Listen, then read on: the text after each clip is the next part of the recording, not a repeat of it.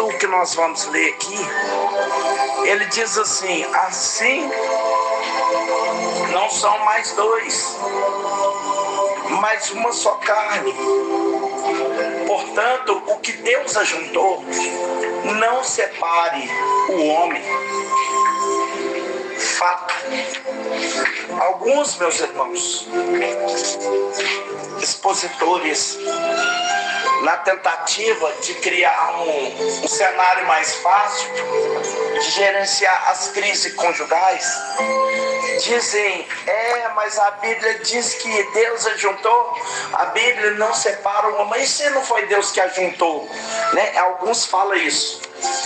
Primeiro, eu quero falar para os irmãos que a Bíblia não está falando de casar exatamente, a Bíblia está falando de regra. Aqui é um princípio dentro do homem ou a mulher, dentro do casamento, foi Deus quem estabeleceu. Essa é a regra.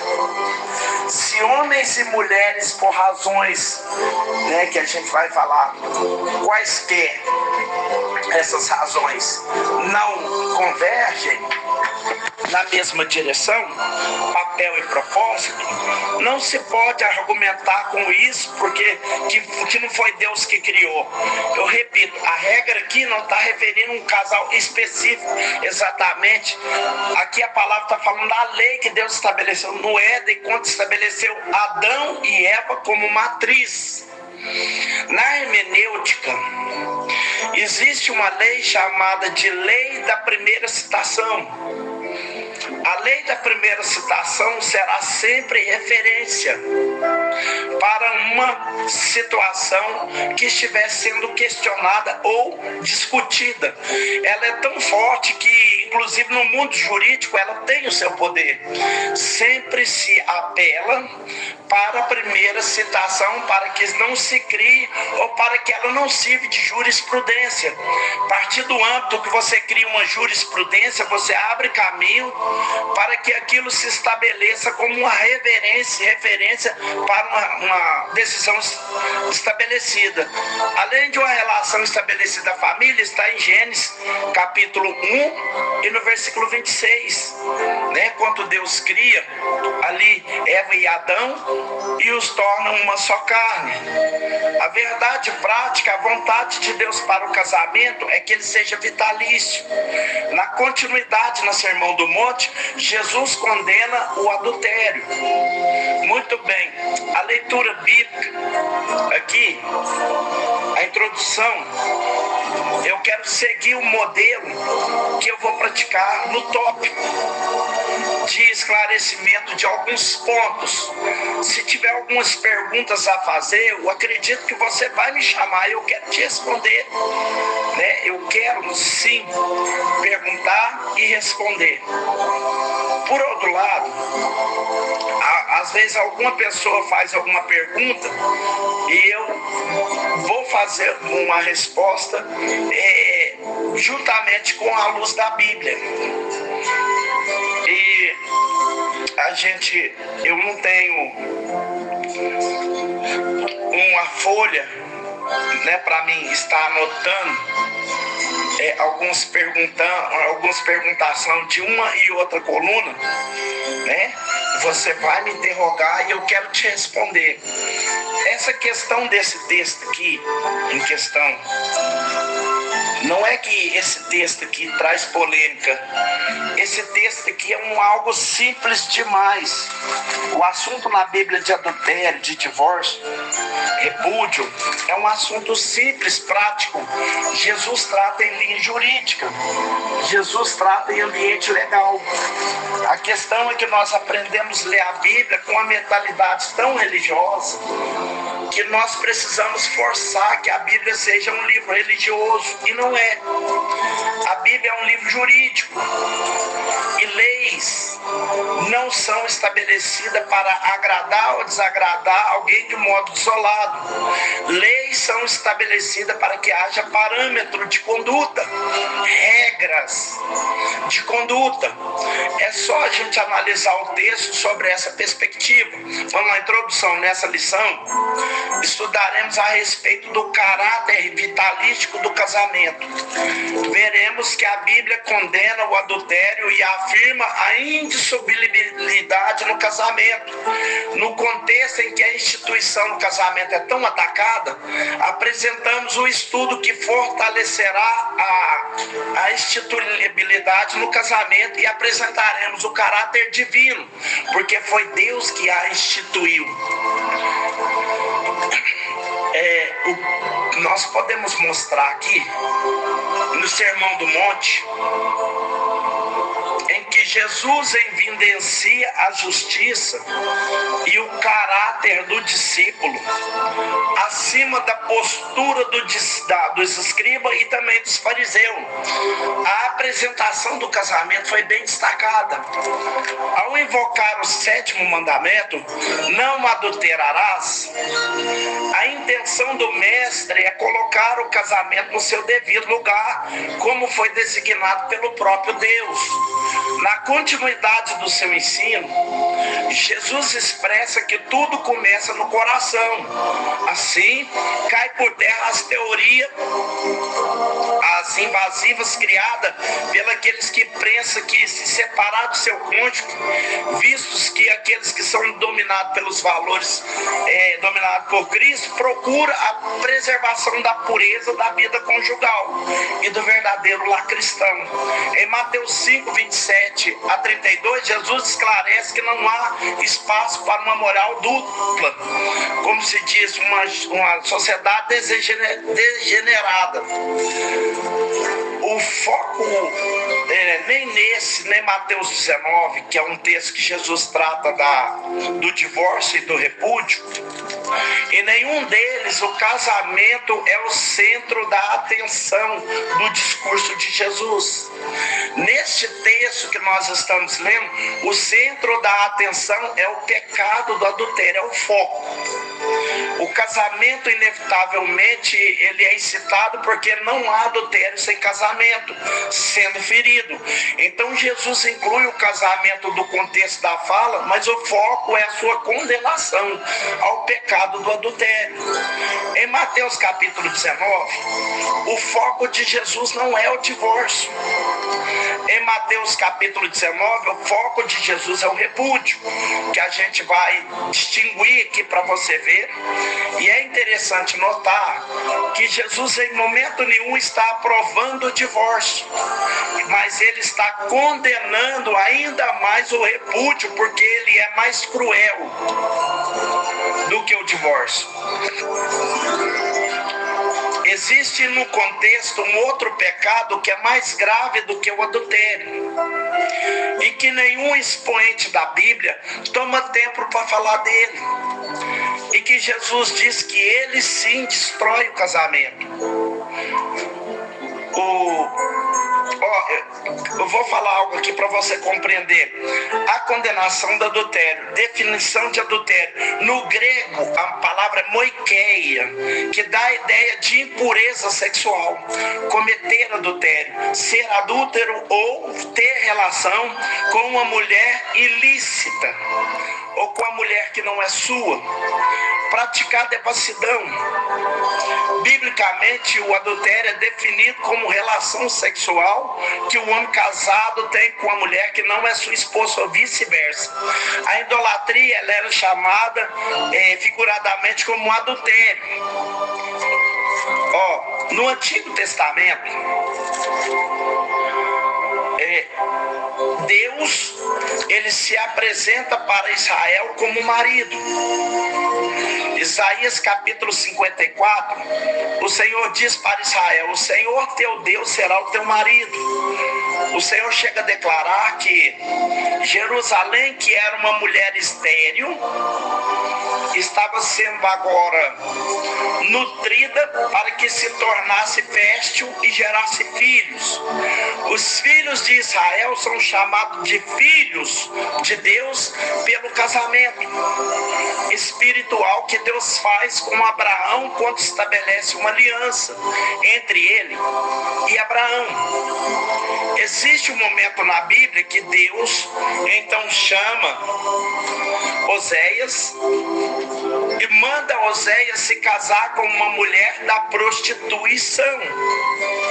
E Oséias vai a um prostíbulo e toma de lá uma mulher para si e se casa com ela. Aquela mulher representa Israel e Oséias está representando Deus. E Deus está dizendo: eu busquei vocês num lugar onde nenhum outro Deus aceitaria vocês. Um homem não buscaria uma mulher para se casar com ela, Gomer, porque ela era uma mulher da prostituição. O que Oséias está fazendo é o que eu fiz com vocês. No meio do casamento, Gomer abandona sua casa e volta para o prostíbulo. E lá, nas suas prostituições, ela ficou grávida. E Deus disse a Oséias: vai lá, busca ela, traz de volta para casa e a recebe por esposa. O que Deus está dizendo é: vocês me abandonaram, se enveredaram para outros deuses, ofereceram um sacrifício a outra entidade, mas eu continuo amando vocês e quero vocês como minha nação, como minha esposa amada. Deus está usando Oséias no processo que o profeta tem que passar para que Deus mostre para Israel o quanto ele amava Israel. E chega no momento, Gomer de novo abandona Oséias, volta para a prostituição, fica grávida de novo. E Deus diz a Oséias: vai lá e traz ela de volta. Oséias vai lá, num prostíbulo, e traz Gomer de volta como sua mulher, grávida da sua prostituição. E Deus está dizendo de novo: vocês me traíram outra vez, enveredaram por outros deuses outra vez, e eu quero vocês ainda como minha nação eleita, o meu povo escolhido, a minha esposa, embora uma esposa infiel, mas é a esposa que eu amo. É isso que Deus está dizendo para Israel na experiência de Oséias. Porém, chega um momento que Israel continua pecando contra Deus e quebrando a aliança, traindo Deus. O termo é adultério ou prostituição. Então o que acontece? Em Isaías capítulo 50, versículo 1, o Senhor então chama Israel de mulher repudiada. E o Senhor se afasta. Não dá para continuar convivendo com vocês, porque vocês não se arrependem das vossas transgressões. Então Deus casa com Israel, Israel esposa, Israel trai Deus e Deus quer de volta. Mas chega um momento que há um abuso dessas traições e o próprio Deus decide repudiar a Israel. Isaías 50 diz Deus: aonde está a carta do divórcio de vossa mãe, pela qual eu a repudiei? Ou quem é o meu credor, a quem eu vos tenho vendido? Por causa das vossas maldades vos tenho vendido, e por causa das vossas transgressões foram repudiados a vossa mãe. Eu vou mostrar para os irmãos que tanto no Antigo quanto no Novo Testamento existe uma diferença de divórcio e repúdio. Aqui Israel está sendo repudiado. Casal, o que é repudiar? Não dá para ficar junto. Então, divorciados? Não, claro que não. Eles estão repudiados. Jesus condena o divórcio. Jesus condena o divórcio. Jesus condena o divórcio, mas ele condena muito mais o repúdio, e eu vou dizer por quê. Tem muita gente no ambiente da igreja vivendo a hipocrisia de um casamento repudiado, bancando mais santo do que o outro que sofreu o divórcio. Quando na verdade o Jesus está reclamando dessa hipocrisia religiosa. É bom lembrar que o discurso de Jesus tem 3 fundamentos. Jesus está defendendo a estabilidade da família. Eu vou mostrar isso também. Jesus está mostrando o direito da mulher. E Jesus está defendendo a responsabilidade do homem. Por que, pregador, direito da mulher e responsabilidade do homem? Porque o homem é cabeça da criação, porque ele representa Deus, porque no casamento a responsabilidade dele é maior, justamente pelo fato de que primeiro foi criado o homem e depois a mulher. A graça não veio facilitar as coisas. Está enganado quem pensa assim. A graça é a terceira instância. É a instância superior. Não tem para onde apelar. A primeira instância, inocência. A segunda instância, lei. A terceira instância, graça. Na primeira instância, o homem falhou, quebrou seu estado de inocência. Na segunda instância, o homem falhou, ele não foi capaz de obedecer à lei. Jeová disse: eu vou trazer a terceira instância, porque não depende de vocês, só depende de mim. Se o homem ainda brinca com a terceira instância, está brincando com a graça. E aí a Bíblia diz que é perigoso vituperar o espírito da graça. Tá dando para entender isso aqui? Agora, observe. Israel em Isaías 50 é uma esposa repudiada. Já em Jeremias capítulo 3, versículo 8, o Senhor dá carta de divórcio para Israel. Não vou ficar insistindo com um povo que não me quer.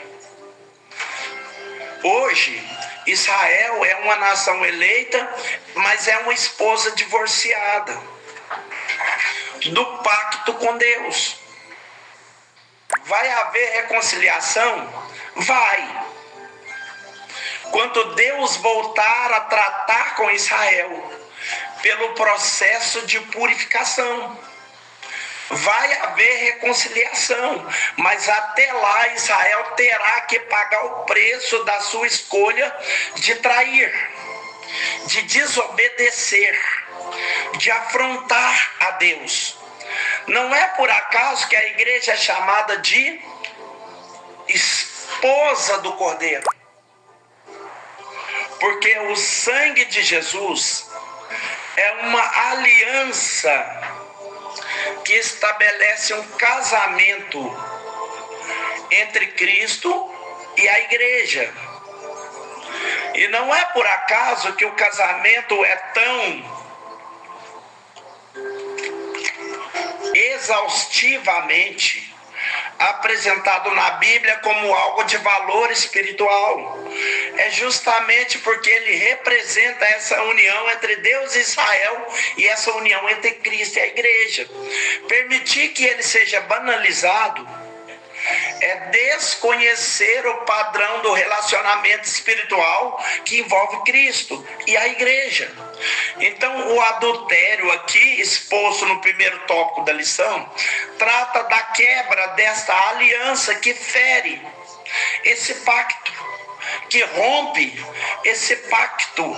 Jamais se deve pensar que as ordens divinas em relação ao adultério fosse pesada demais, porque na verdade, por meio dessas prescrições da lei, o que se colimava era preservar o casamento, a fidelidade com o casamento e a família.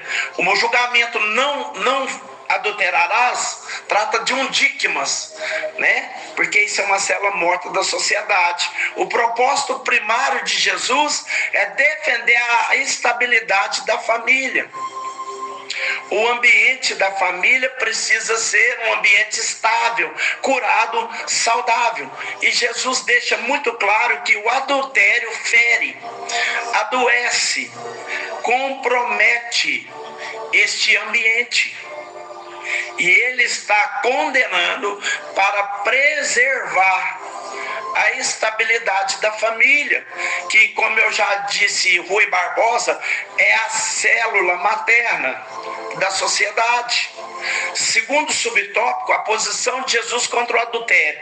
Para Jesus, a gênese do adultério está no coração, começando com um olhar cobiçoso e pensamentos impuros que leva à prática sexual ilícita.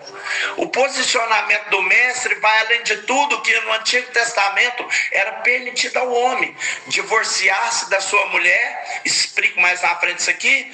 Cristo vai ao cerne da questão e fala de um coração profano e contaminado, capaz de olhar cobiçosamente para uma mulher e sem motivo conceder caça de divórcio para a esposa. No seu sermão, Jesus evidencia a importância de homem e de mulher abster de pensamentos impuros, tanto fora quanto dentro do casamento, pois é dessa forma que consegue manter a pureza em 3 níveis: sexual, moral e social. Precisamos ter a consciência perante Deus, como bem expressou Cristo: uma intenção errada é tão errado como um ato. Por isso devemos sempre buscar pensamento puro e bons.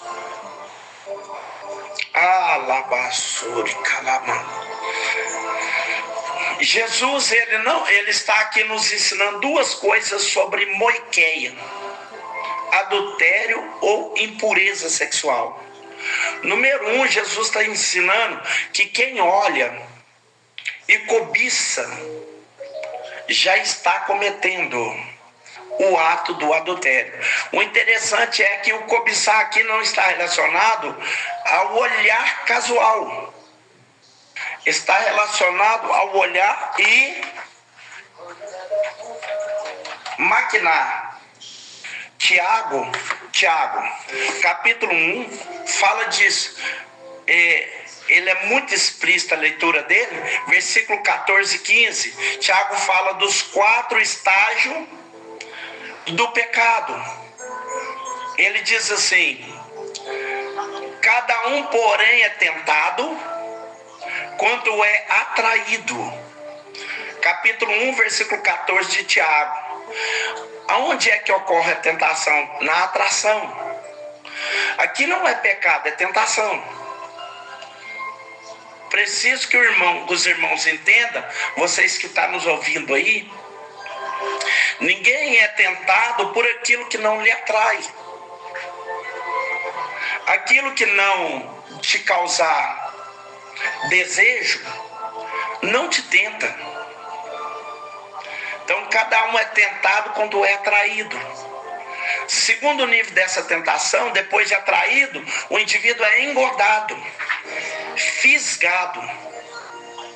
A ideia aqui é de um anzol com uma isca dentro da água. O peixe olhou, comida, uau, atração. Ele pode ir buscar uma comidinha mais fácil, mas quando ele é fisgado, ele vai, o anzol vai, e agora o processo de saída é mais doloroso, porque ele foi fisgado. A tentação está aqui nesse tópico. Quando um indivíduo rumina, constrói, foi fisgado. Fisgado por quem? Pelo diabo? Não. Versículo 14. Pelo seu próprio desejo. Isso está na natureza humana. Todo mundo sente.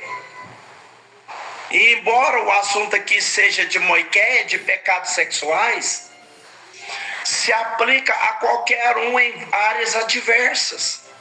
Porque muitos são atraídos por outras situações que podem lhe ocorrer, de ser fisgado pelo seu próprio desejo. Aí o versículo 15, então a concupiscência, o desejo, havendo concebido. Quando é que o desejo ele concebe? Quando deixou de ser desejo e passou a ser plano. Agora o indivíduo começa a construir a forma de atender esse desejo. A expressão literal é: ficou grávido. Foi tentado, foi fisgado e engravidou do desejo. Agora ele começa a construir o momento de pará-los. O que é dar a luz aqui? Havendo concebido, dá luz ao pecado. Dar luz ao pecado é ir para as vias da execução. Jogou para fora. Se dispôs E a partir de então, o pecado sendo consumado gera a morte. E depois do momento que eu joguei para fora, cometeu o pecado. O pecado ser consumado aqui é um passo à frente do já ter cometido. Quando o indivíduo dá à luz do pecado aqui, é porque ele já foi cometido. Consumar aqui é decidir criar a criança. Continuar. Gera morte.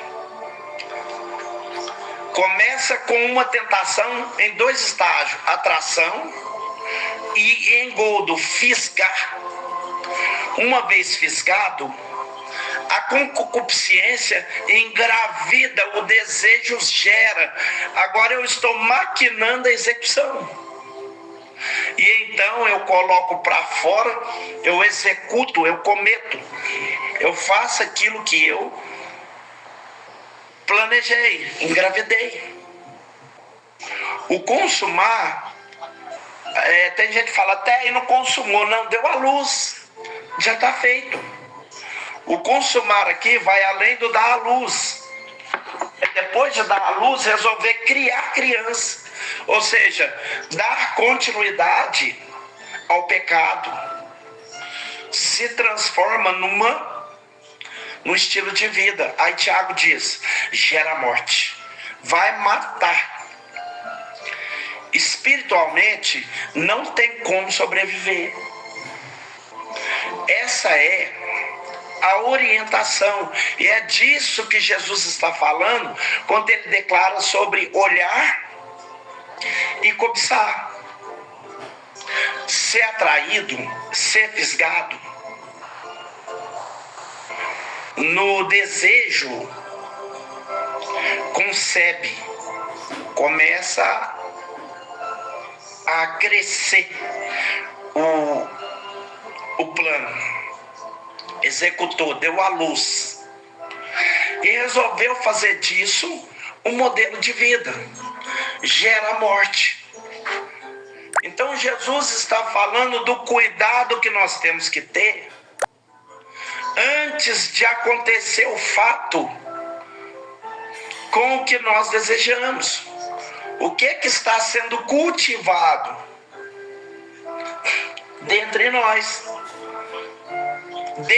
de nós, porque o diabo fala de conceber, ele fala de evento, de gravidez. É uma linguagem figurada. Então Jesus ele orienta que mesmo antes de permitir que aconteça a queda, o deslize, a quebra do pacto, cuidado com o que você deseja, porque desejar já é um ato de execução do pecado. Então muitas vezes nós ficamos condenando o A ou o B, que cometeu e nós estamos grávidos. Só não demos a luz ainda. E dar a luz é uma questão de tempo. Quando você está... É só uma questão de tempo. Se a gente pegar a orientação de Jesus ao pé da letra, ele está dizendo: corta esse mal pela raiz. Executa, elimina antes que, inclusive o comentário da lição, a nota de rodapé, quando Jesus diz: quanto a mão te faz pecar, arranca, ele está dizendo que Jesus está sendo literal, né? E Jesus é judeu. A lei mosaica era tomada ao pé da letra, onde eu falei um pouco disso no culto. Não é comum até hoje arrancar a mão de alguém. Não é comum. A lei do talhão é radical. Jesus não está usando linguagem figurada aqui, sugerindo. Ele está falando: é melhor você ficar sem um, isso é literal, do que com dois. E para o quinto, ir para o inferno, né? Isso é radical. Significa a palavra radical, o que significa? Aquele que prima pela raiz. A palavra radical vem da terminologia da palavra raiz. Radical é aquele que prima pela raiz. E cá entre nós, os posicionamentos do evangelho é bem definido. Por isso que Jesus diz que se alguém quiser lhe seguir, negue-se. Porque é muito posicionado a isso. Então ele está condenando, ele está condenando o adultério e alertando que o adultério começa na cobiça. Coisa que a gente normalmente nem fala.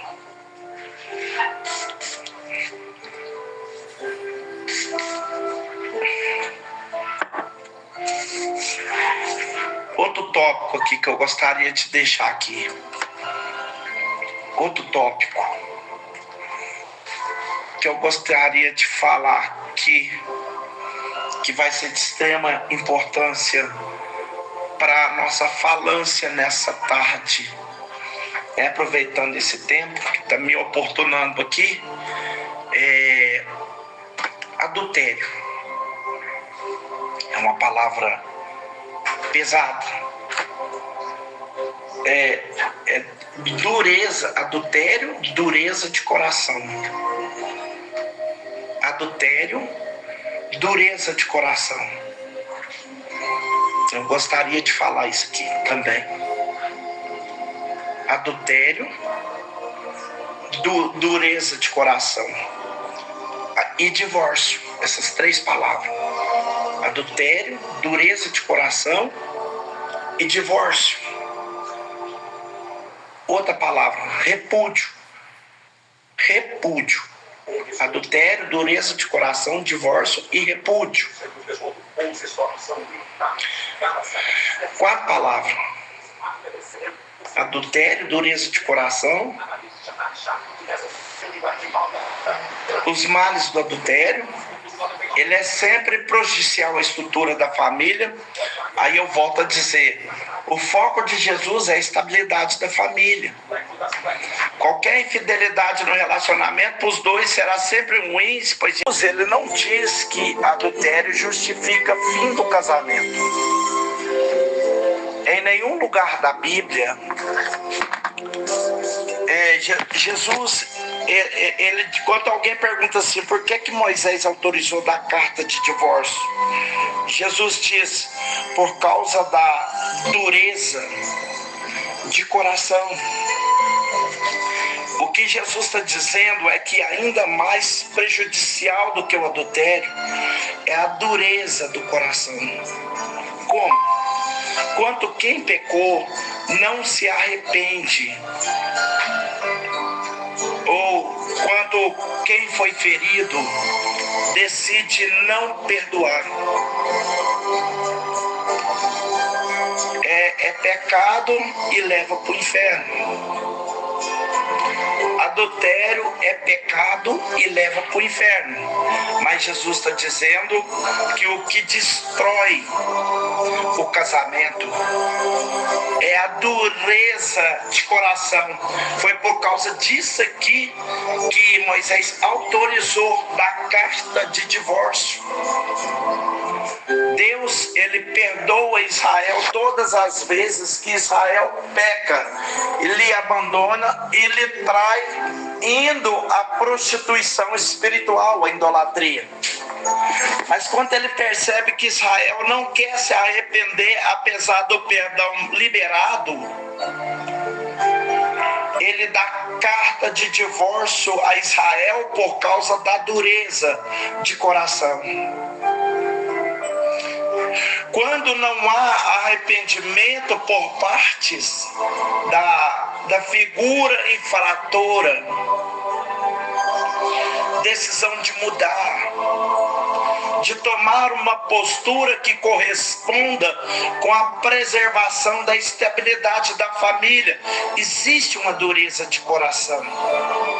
Quando mesmo que a pessoa infratora se arrepende, mas a pessoa ferida está tão dilacerada e às vezes tem uma personalidade diferente, complexa, e decide a não perdoar, nós temos caracterizada uma dureza de coração. E nesse caso, Moisés disse: se dê a carta de divórcio.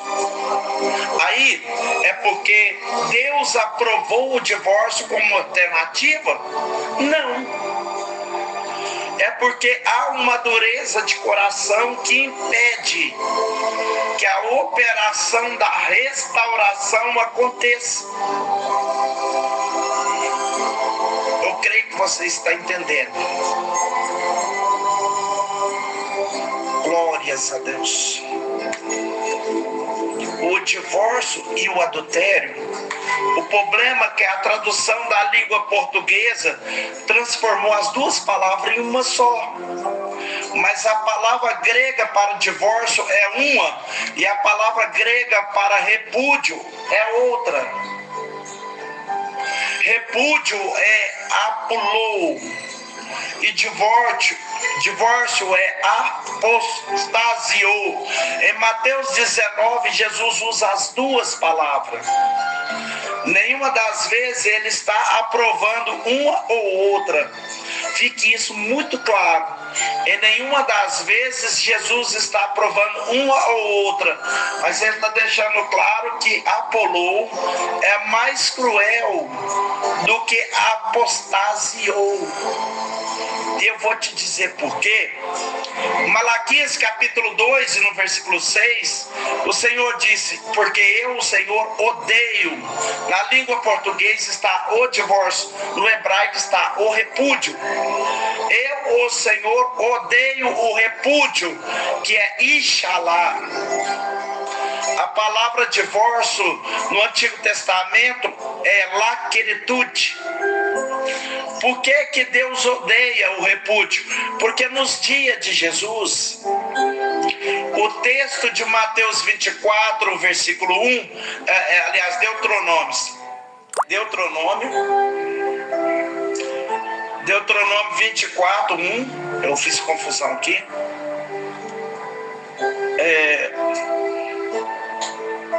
Olha, quando o homem tomar uma mulher e se casar com ela, se ela não achar graça aos seus olhos por haver ele encontrado nela coisa vergonhosa, far-lhe-á uma carta de divórcio e lhe dará na mão e a despedirá da sua casa. Nos dias de Jesus havia duas escolas de pensamento, de interpretação da lei. Uma era conhecida como a escola de Shammai que era uma escola mais conservadora, mais tradicional, e a outra era chamada Escola de Hillel, que era uma escola mais liberal. A escola de Shammai entendia encontrar nela coisas vergonhosas. Por exemplo, ela se casou como virgem, e na noite de núpcia o homem descobriu que ela havia se deitado com outro. Então ele foi enganado, portanto envergonhado, e ele poderia então diluir, dissolver, desfazer o casamento porque houve coisa vergonhosa. Ou, no caso de ela, depois de casada, deitar-se com outro homem, cometendo adultério, ele foi desonrado. Assim interpretava a escola de Shammai, e os estudiosos mais tradicionais entendem que Deuteronômio 24, versículo 1 está apontando exatamente nessa direção. Mas a escola de Hillel, que era a escola mais liberal, começou a interpretar que coisa vergonhosa era coisa desagradável. Por exemplo, o homem se casou com uma mulher de olhos negros, e há uns tempos ele encontra uma de olhos azuis. Aí ele pensa assim, essa aqui tá melhor. Aí ele não queria dos olhos negros, mas ele queria aquela que tinha o olho azul. Aí a escola de Hillel começou a permitir essa interpretação, e os homens estavam repudiando as suas esposas por causa do tamanho do nariz, por causa do padrão social, por causa da... Mas o que estava acontecendo em Israel, divorciar era muito caro. Não era só dar a carta de divórcio.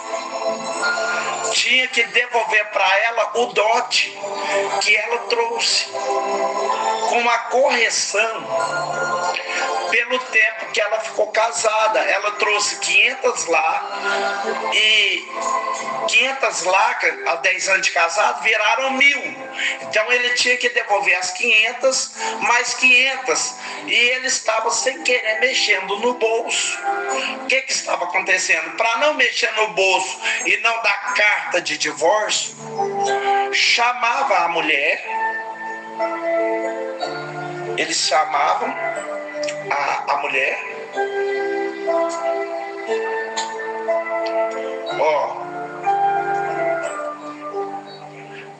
ele não gostava do olho, do nariz, do queixo. Aí ele dava um cantinho na fazenda, para ela ficar com um cantinho na fazenda, com uma casa para ela morar, porque na casa principal ele ia morar com a nova. Então ela era repudiada, jogada lá no canto, sem direito à sua vida, sem direito o seu direito, e ele estava com a nova de boa, curtindo todos os direitos que ele tinha, inclusive do dote que ela trouxe. O que Jesus estava dizendo aqui? Jesus está condenando o ato do repúdio, porque essa mulher que foi julgada por escanteio vai começar a se aventurar até pelas suas necessidades emocionais, físicas e psicológicas. Vai se aventurar em relacionamento em sombras. Jesus está dizendo, o homem que fez isso com ela está induzindo ela ao adultério. E aquele que se deitar com ela também está se adulterando. Aqui Jesus está defendendo o direito das mulheres no seu tempo, que estavam se tornando escravas dos seus maridos, com os seus direitos sonegados por eles, enquanto eles gozavam de todos os direitos que eram favorecidos por uma sociedade tradicionalmente patriarcal, sim, machista. E Jesus está trazendo o direito da mulher para o mesmo patamar e dizendo, não as trate assim, com repúdio. O O que Jesus está dizendo, em outras palavras, ele estava dizendo: seja um homem, assuma a sua esposa. Mas se porventura, se por causa da dureza do teu coração, você não quiser assumi-la, não a escravize, libere-a. Em nenhum momento ele está defendendo isso aqui, o divórcio. O que ele está dizendo é que isso aqui, o repúdio, é ainda mais cruel, porque escraviza. Em nenhum momento ele está dizendo que o adultério é tolerável. O que ele está dizendo é que a dureza de coração é ainda mais adoecedora do que o ato do adultério. Porque se o ato do adultério não for dado continuidade, houver arrependimento, o perdão é liberado, mas a dureza de coração é uma manifestação permanente de um sentimento da alma. Então Jesus está defendendo a estabilidade da família, o direito da mulher e a responsabilidade do homem de garantir que o direito dela seja atendido e que a família seja preservada. Compreender isso aqui, meus irmãos, simplifica toda essa polêmica que se cria em todo o assunto. Não tem que ter polêmica. Isso aqui é uma lei. Constituição. Na Constituição, Jeová diz, artigo 1º, o que Deus uniu, não separe o homem. Artigo 2º, não adulterarás. Artigo 3º, se porventura houver o ato de adultério, aquele que confessa e deixa, alcança misericórdia. Se houver a dureza de coração, mudou o cenário. Vamos agora para o tribunal, porque existe o cenário que precisa haver uma discussão entre as partes para que se resolva a questão. Aí Jesus vem como advogado e diz: a família é o centro, ela precisa ser preservada, portanto não adulterarás, para que a família seja preservada. Agora, se você pela dureza do seu coração decidiu chutar o balde e não quer mais o casamento, não escravize, libere. O que tem acontecido no ambiente da igreja? Eu conheço gente que, porque divórcio é pecado, está vivendo repudiado há 30 anos. Cada um dormindo em um quarto, não se tocam, não se comunica como marido e mulher. É repúdio. Paulo diz aos Coríntios na primeira carta, capítulo 7, assim: não vos neguei um ao outro, a não ser por consentimento mútuo, se for para vos aplicar o jejum e a oração, e por um pequenino espaço de tempo, para que Satanás não vos tente na vossa incontinência. A vida íntima do casal é uma dívida que o marido tem com a esposa e que a esposa tem com o marido. Paulo chama de dívida. E não é uma dívida que a mulher tem com o marido sozinha, também que o marido tem com a mulher. Ah, se eu tivesse casado aqui. É uma dívida mútua. E é tão mútua que Paulo diz assim: porque o corpo da mulher não pertence a ela, mas ao seu marido. Aí os homens falam: aí Paulo diz assim: como o corpo do marido não pertence a ele, mas à mulher. Eu gosto do jeito que Paulo liberta. Enquanto o cara pensa que pode correr trecho, ele vai lá e amarra. Ele amarra com uma força na corda que chega até quebrar osso. Então Paulo chega a falar, ele está falando, ele chama isso aqui de dívida, o ato conjugal, a vida íntima do casal. Quanto a repúdio, fica-se hipocrisia religiosa. A gente não é divorciado, que pena que o irmão, que não sei nem como que fica a salvação. Então dentro de casa, repudiados. Eu conheço casal que em casa não se comunica, mas quando chega na igreja, que para o carro no estacionamento, segura na mão e entra de mão dada na igreja. Mas em casa, 20 anos, não são casal. O nome disso aí é um repúdio. E Jesus está dizendo que o repúdio é pecado porque ele escraviza. Ele concorda com o divórcio? Não. Por isso que Jesus diz assim, no princípio não era assim, isso não era o plano de Deus, não é isso que Deus pretende, que planejou. Eu não pretendo que o casamento termine em divórcio, mas Jesus também não pretende que para não terminar em divórcio, você se torne escravo de ninguém. Tem um outro cenário, que aí vem para deixar a pessoa daquele jeito. É a lei que está falando. Ele ou ela, casado e casada, se apaixonou por uma outra pessoa, desenvolveu um relacionamento lá. Aí, quer saber? Eu vou divorciar para não permanecer em pecado. Eu divorcio para casar contigo para me não permanecer em pecado. O divórcio não legaliza o adultério.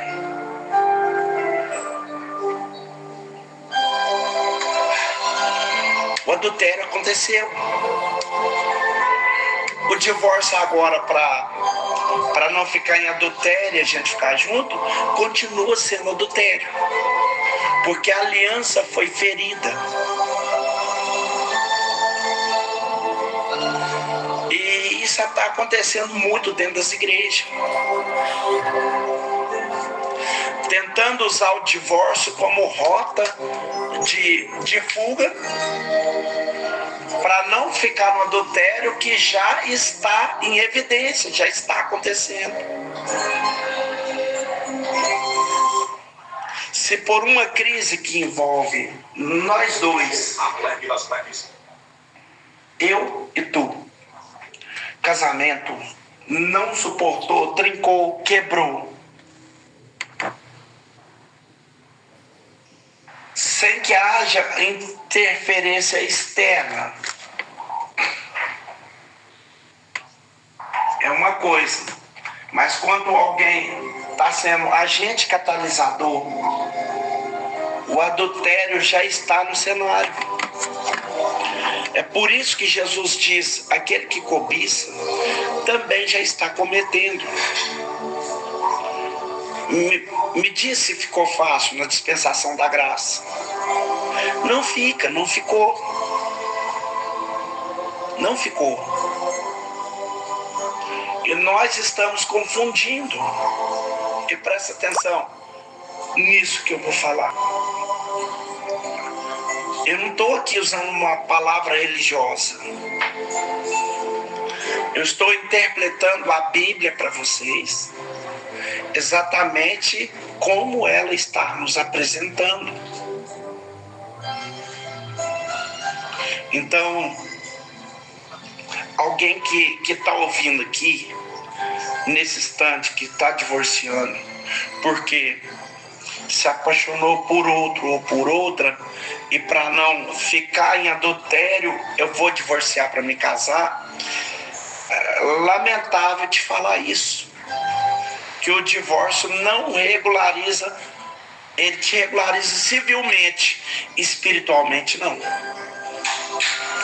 Até porque eu preciso lembrar para você que o casamento jurídico é apenas um contrato entre duas partes, que decide e se compromete diante do Estado defender e garantir o direito um do outro. Não sei se você sabia, mas casamento no civil no Brasil existe desde 1938. E antes não era casamento?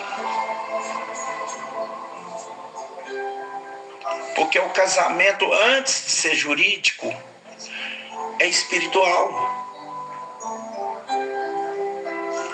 é social, é emocional e psicológico.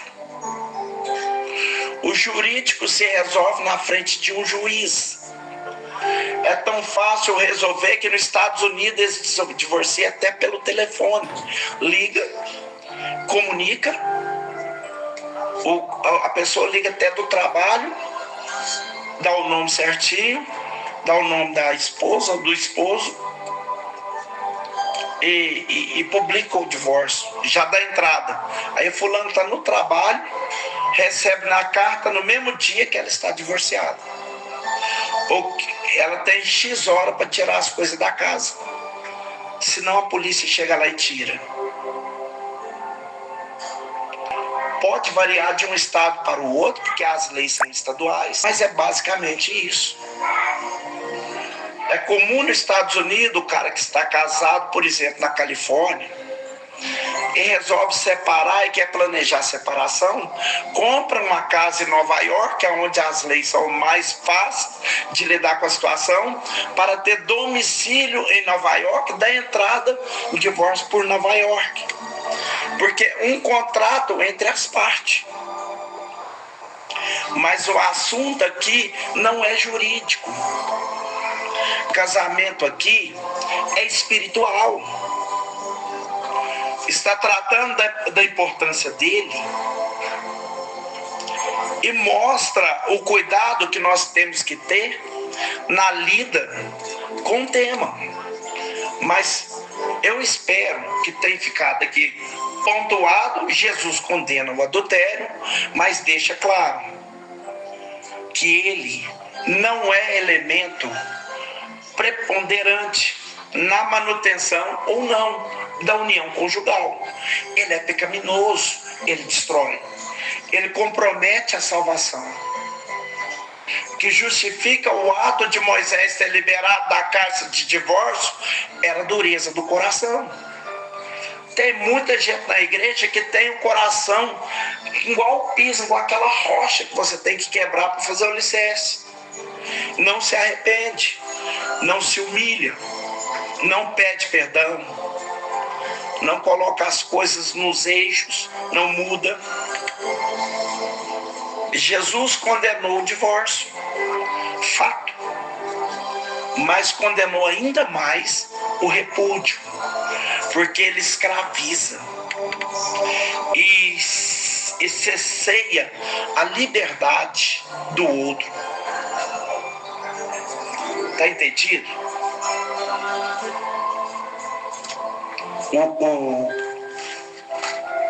O casamento ele só deixa de ser casamento a partir do momento que um morre. Porque até a palavra que você fala diante do oficiante, até que a morte o separe. Então só a morte poderá separar o casamento, né? No livro de Romanos, capítulo 6, capítulo 7, do versículo 1, 2 e 3, ou seja, começando do 2 e no 3, fala que quando a mulher está viva, o marido está ligado na lei. Na lei de quem? Na lei de Deus. Na lei de Deus. Civilmente você pode até estar legalizado na lei da terra, mas se você é um cidadão que quer morar no céu, que quer ter uma vida de salvação, a sua mulher está viva, você está ligado na lei. O seu esposo está vivo, você está ligado na lei. E a única coisa que separa essa lei, porque Deus não quebra aliança. O homem desfaz, quebra aliança, tira, joga fora. Mas Deus não, queridos. Deus, ele não é um Deus de invalidar pacto. Ele pactuou, acabou. O pacto é até a morte. Se a morte o separou, Paulo diz assim: então está livre para casar com outrem, desde que seja no Senhor.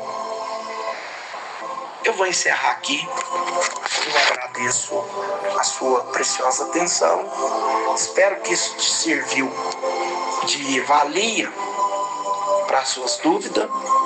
E a paz do Senhor Jesus.